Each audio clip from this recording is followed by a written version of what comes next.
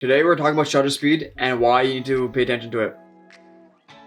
Shutter speed is really important because when you're taking pictures, especially, you're gonna realize that a lot of things are in focus or out of focus because of your shutter speed. Shutter speed basically means how fast your camera will take the photo. So if I had my camera at under 160, so maybe let's say 120, it'll take a slow shot. You'll hear the shutter go slow, and that means that your camera will take a longer time to get that photo. So if you want to shutter drag, you'd want to have it on a lower setting, so you don't want to have it under 120th or something, and then that basically means that when you take the picture and you shake it slightly, you'll see the lines really cool light streaks and stuff coming from the people. You almost see a duplicate of someone coming there. So if you wanted long exposure, for example, you'd almost want to go to bulb, and that basically means that your bulb will kind of stop taking the picture when you touch the screen or when you stop it. So some stuff you can create by having lower shutter speed, but especially if you're taking shots of sports or if you're taking stuff of wildlife and things, you're going to want a higher shutter speed, so maybe in the thousands almost. So let's say 1 over 1000 or 1 over 2000 or something that's really high, because you want to get the motion, and sometimes you only have that one shot to take,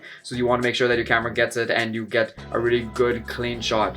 So shutter speed is really important because it'll make a big difference in terms of how you take your photos and how you get the action and how you'll make sure that no one's out of focus. Even for video, you're gonna realize that shutter speed is really important. For example, you'll see put a video somewhere on screen where you'll see that having a lower shutter speed means more motion blur, kind of like in photos. So you'll see more of the trailing of my hand or a trailing of a hand or something. But then when you go to higher shutter speed, there'll be no motion blur, so you'll see my hand in full focus. So you definitely want to make sure that for both photo and video, your shutter speed is set properly and you kind of know roughly where to take it. Just as a summary, for stuff like shutter dragging and long exposure, you want a lower shutter speed. So you want something maybe under 1 over 160, because 1 over 160 is usually just for portraits and stuff.